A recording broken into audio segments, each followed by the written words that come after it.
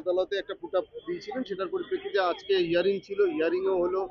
CBI এর তরফে যে সাবমিশন করা হচ্ছে তাতে কি আপনারা সন্তুষ্ট? মানে না, সিবিআই সন্তুষ্ট সিবিআই এখন যে বৃহত্তর ষড়যন্ত্র কথা সিবিআই গল্প শুনিয়ে আসছিল এবং চার্জশিটে প্রথম চার্জশিটে দিয়েছিল বৃহত্তর ষড়যন্ত্রের কথা।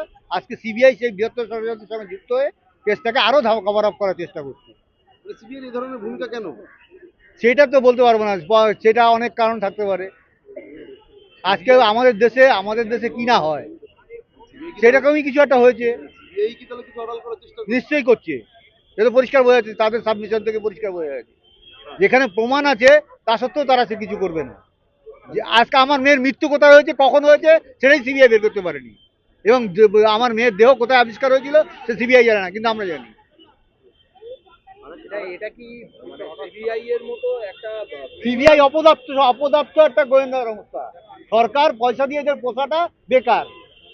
মানুষকে আজকে এই যে সীমা পাউজা আমাদের আইও হাতরাস উন্নয়ন ফ্যামিলিগুলোকে বরবাদ করেছেন, আমাদের সেটা পারছেন না। আমাদের সেই জন্য তদন্তটা এগিয়ে নিয়ে যাচ্ছেন না। উনি তদন্ত কভার আপ করাই ওনার ডিউটি।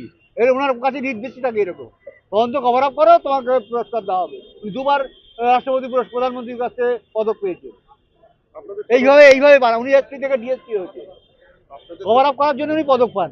আপনাদের তরফ থেকে যাদের যাদের গ্রেপ্তারি এবং কাস্টোডিয়াল জিজ্ঞাসাবাদের জন্য আবেদন করা হয়েছে, বলা হচ্ছে যে সে এখন আমরা কোর্টের কাছে আবেদন রেখেছি, আমরা খারিজ করে দেওয়া হয়। সিবিআই লাস্টে বলেছে হ্যাঁ, সেটা সিবিআই যে পিটিশন সিবিআই যে সাবমিশন করেছে প্রথমেই লিখিত, সেখানে সমস্ত তথ্য খারিজ করে দিই। এটা সিবিআইয়ের কাজ। সিবিআই কাজ করে বলেই সিবিআই কে পুরস্কৃত হয়।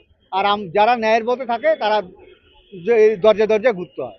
হাইকোর্টে শুনানি হলে সব বেরিয়ে যাবে, সুপ্রিম কোর্টে এর পরবর্তীকালে আমার প্রয়োজন বলে যাবো। মানে প্রয়োজনে আপনারা প্রয়োজন হলে যা কোর্টই একমাত্র ভরসার দেশের। কোর্ট ঠিক রায় দেবে, আমরা জানি। আজকে না দিক আরেকদিন দেবে, আমাদের কোর্টে লড়তে হবে। কোর্টে লড়ে সিবিআই কে আমরা দেখে নেবো। মানে যাদের এই যে গ্রেপ্তারি এবং কাস্টোডি, আর একটা পরিষ্কার কথা বলে দিই, সিবিআই কেও আমরা ছাড়বো না।